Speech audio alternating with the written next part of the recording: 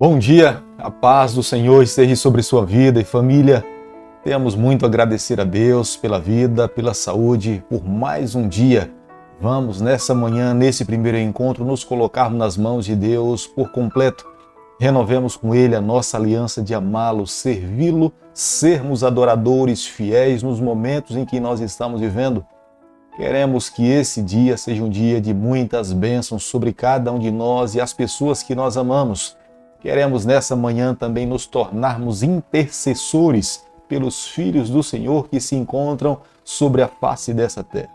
Portanto, nessa manhã quero deixar com você uma parte da palavra de Deus do livro de Salmo, capítulo 102, o verso 1, onde o salmista diz o seguinte: Ouve, Senhor, a minha súplica, e cheguem a ti os meus clamores. Salmo 102, o verso 1. É o nosso clamor nessa manhã. Por favor, Senhor, ouve a nossa oração, ouve a nossa súplica. Cheguem a ti os nossos clamores. Nós iremos fazer inúmeros clamores. Clamores por nós mesmos, clamores pela nossa família, clamores pelos nossos líderes políticos, clamores pela nossa comunidade. Clamemos também por aqueles que ainda não conhecem ao Senhor. Nessa manhã, nós nos apresentamos diante de Deus com esses pedidos. A cada manhã, nesse canal, nós estudamos um capítulo da Palavra do Senhor. E nesse momento, convido você a ter nas mãos a Palavra de Deus no livro de 1 Samuel, capítulo 19, o verso 1.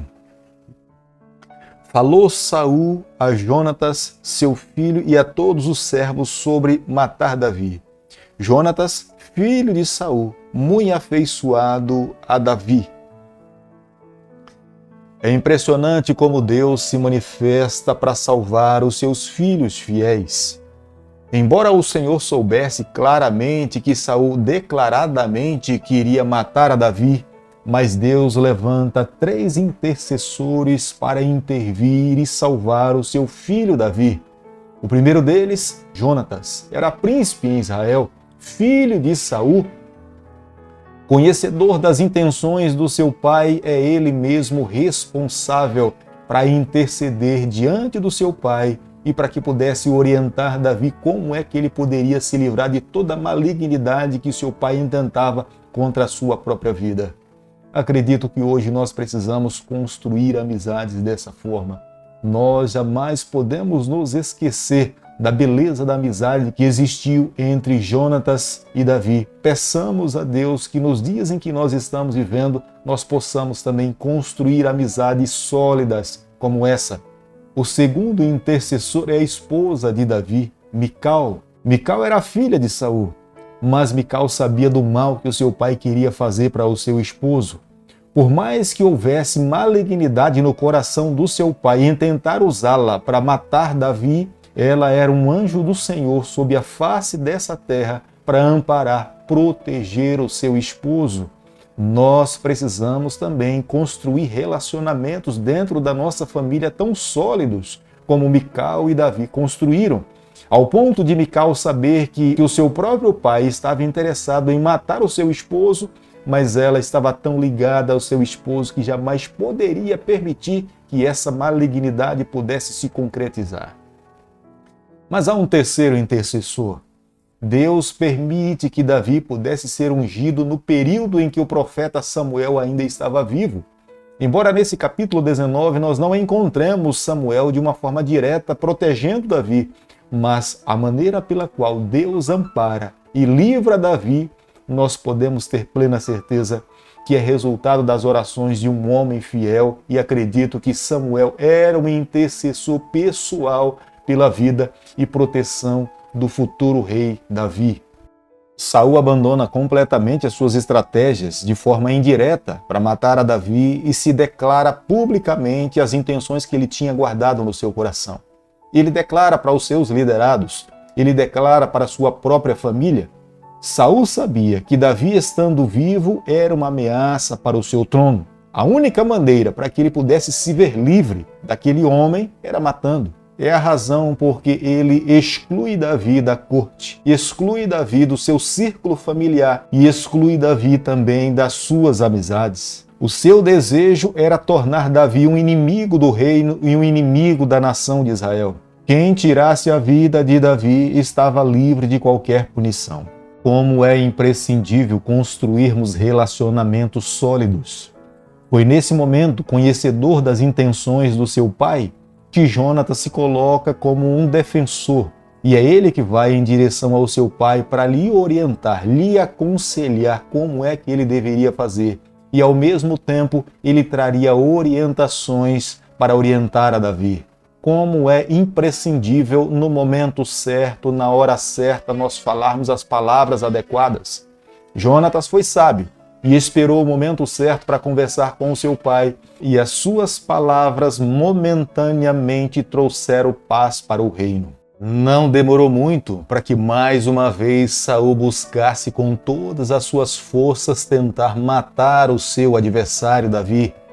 Era o momento em que Davi estava dedilhando a sua harpa na corte para acalmar o espírito maligno que atormentava Saul, é que Saul pegou uma lança e jogou em direção a Davi com o intuito de cravá-lo na parede. Mas o Espírito do Senhor se apoderou de Davi e o livrou da lança, e a lança foi cravada na parede. Davi, ao fugir da corte, se refugia na sua casa. Sabedor Saul que Davi estava na sua casa, ele envia mensageiros pedindo para que mais uma vez Davi voltasse à corte. Davi sabia que as intenções de Saul de fato era matá-lo, mas ele não atende ao pedido do rei Saul e foge da sua casa. Quando Saul chega à casa de Milca, ela fala que Davi o ameaçou de morte. Era tudo o que Saul queria e esperava para poder direcionar todas as suas forças para destruir a Davi. Se alguém estava ameaçando um membro da corte, e se Saul era o rei da nação de Israel, ele era o responsável para proteger todos os membros da sua corte. Portanto, Davi era um inimigo mortal, era a oportunidade que Saul esperava para poder direcionar todas as suas forças para matar a Davi. 1 Samuel, capítulo 19, o verso 18, a Bíblia diz o seguinte: Assim Davi fugiu e escapou e veio a Samuel, a Ramá, e lhe contou tudo quanto Saul lhe fizera, e se retiraram ele e Samuel e ficaram na casa dos profetas. O Salmo 59 foi escrito nesse período. Davi começa um período de fuga por um período de aproximadamente 5 anos. Mas vale a pena salientar nessa manhã um fato. Às vezes é melhor fugir do que se deparar com um confronto. Se Davi tivesse lutado com Saul como ele lutou com Golias, teria havido uma guerra civil dentro da nação de Israel. Haviam muitas pessoas que obedeciam a Saul, como haviam muitas pessoas que amavam a Davi. Sabiamente, Davi toma a decisão de fugir da corte, se esconder num outro lugar, porque se ele permanecesse em Judá, as investidas de Saul seriam cada vez mais intensas com o objetivo de matá-lo. Conforme os acontecimentos que veremos posteriormente nos capítulos a seguir, para que Davi mais uma vez fosse aceito na corte, se demorou um período de 7 anos após a morte de Saul. Davi tomou a mesma atitude que Cristo tomou um dia quando esteve aqui nessa terra. Cristo tinha nas suas mãos todo o poder do céu e da terra, mas ele não se valeu desse poder. Davi também poderia ter convocado os seus amigos e o seu exército para ter um confronto direto com a nação de Israel e com o rei Saul. Mas Davi escolheu evitar esse confronto direto e ele esperou que temporariamente homens maus pudessem triunfar para que a sua vitória acontecesse no final. Davi se sentiu mais seguro fugir para a cidade de Ramá. Era a cidade de Samuel. Foi o próprio Samuel que o ungiu para se tornar o futuro rei de Israel. Ele sabia que ali na casa dos profetas ele encontraria alimento, ele encontraria segurança, ele encontraria proteção. O Espírito do Senhor habitava naquele lugar.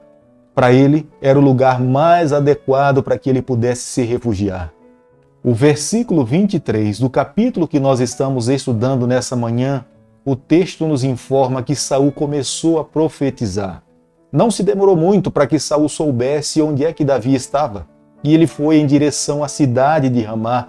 porque Saul sabia e recebeu as informações que Davi estava na casa de Samuel, e Saul vai com o intuito de matá-lo. Mas ao chegar na casa dos profetas, o Espírito do Senhor se apodera da vida de Saul. Saul começa a profetizar. Não é que Saul trouxesse profecias novas, falasse a respeito do futuro ou um tema novo, mas era mais uma manifestação do poder de Deus ao controlar a Saul. Saul era um outro homem, dentro das circunstâncias que ele estava vivendo, mas não um novo homem.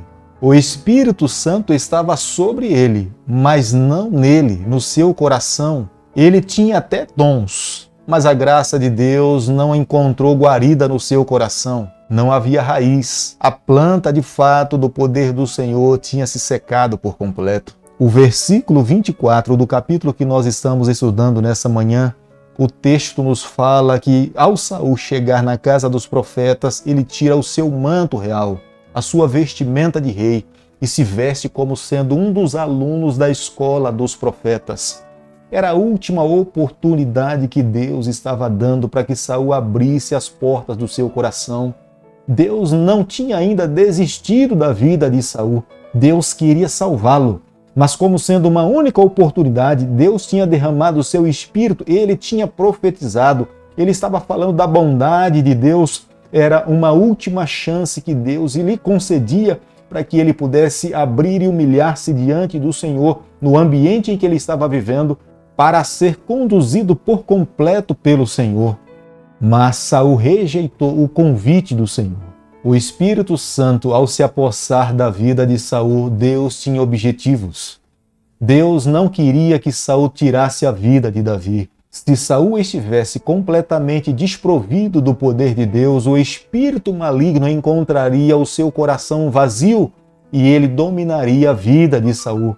Mas para que isso não pudesse acontecer, o Espírito Santo inundou o seu coração. Eis a razão porque momentaneamente Saul mudou as suas intenções de matar a Davi. Querido amigo, ao chegarmos à conclusão do capítulo 19 do livro de 1 Samuel, eu e você nós precisamos chegar às seguintes conclusões. Deus conhece por completo as intenções do coração de um ser humano. Ele sabe aqueles que possuem um espírito perseguidor. Mas Deus também conhece o coração daqueles que são perseguidos. Se nessa manhã eu falo para alguém que tem sofrido perseguições na sua vida, descanse nos braços do Senhor. Ele vai estar ao seu lado. Jesus Cristo mesmo, quando esteve aqui nessa terra, ele mesmo falou: bem-aventurados são aqueles que são perseguidos. Jesus Cristo, de fato, sabia perfeitamente o que era ser perseguido, mas Jesus Cristo sempre se manteve controlado pelo poder do Espírito. As suas palavras eram brandas, as suas expressões revelavam alguém que estava controlado pelo Espírito Santo. Foi ele mesmo, quando um dia esteve aqui sob a face dessa terra, ele disse o seguinte: eis que estou convosco todos os dias até a consumação do século. Jamais se esqueça, ele vai estar ao teu lado, ele vai suprir as suas necessidades. Ele vai te conceder forças no momento em que você precisar da força do seu braço para você alcançar a vitória. O que eu e você nessa manhã precisamos fazer é descansarmos nos braços do Senhor e confiarmos nele. Mas precisamos agir como ele também agiu. Nós não podemos maltratar as pessoas que nos perseguem. Nós não podemos machucar as pessoas que nos perseguem. Nós não podemos devolver o mal com o mal. Nós precisamos evitar o confronto. Nós precisamos fugir das ações conflitantes, das palavras que magoam as pessoas. A nossa vida também precisa exemplificar a vida de Jesus Cristo. Jesus Cristo na cruz do Calvário, olhando para os seus algozes, Jesus Cristo olhando nos seus olhos, se voltou para o Pai e falou: Pai, perdoa-lhes, porque eles não sabem o que estão fazendo. Creio que nessa manhã, eu e você, nós precisamos olhar para a postura de Jesus Cristo e tomá-la como sendo modelo para a nossa vida. Agindo dessa forma, nós jamais podemos nos esquecer. Deus, através do seu Espírito, estará ao nosso lado para nos auxiliar em todos os momentos da nossa vida. Se nós não vermos a nossa vitória nessa terra, pode ter certeza, um dia, na eternidade, nós receberemos um abraço do nosso Pai e é Ele mesmo que irá colocar sob a nossa cabeça a sua coroa e nos dará o direito de vivermos com Ele por toda a eternidade. Por isso que nessa manhã o meu convite a você é que a cada manhã nós renovemos com o Senhor a nossa aliança, o nosso compromisso de amá-lo, de segui-lo, de sermos fiéis em toda a nossa trajetória. Querido Pai, nas tuas mãos nessa manhã, mais uma vez nós nos colocamos, confessamos as nossas falhas. Por favor, Senhor, derrama sobre nós o seu Espírito, nos capacite a cada dia a vivermos os teus sonhos, é o nosso pedido e a nossa oração, e nós fazemos em nome de Jesus. Que o Senhor te abençoe e te guarde, que Ele faça resplandecer o seu rosto sobre você, que Ele tenha misericórdia de você, que sobre você, nessa manhã, Ele levante o seu rosto e conceda a sua paz, em nome de Jesus. Amém.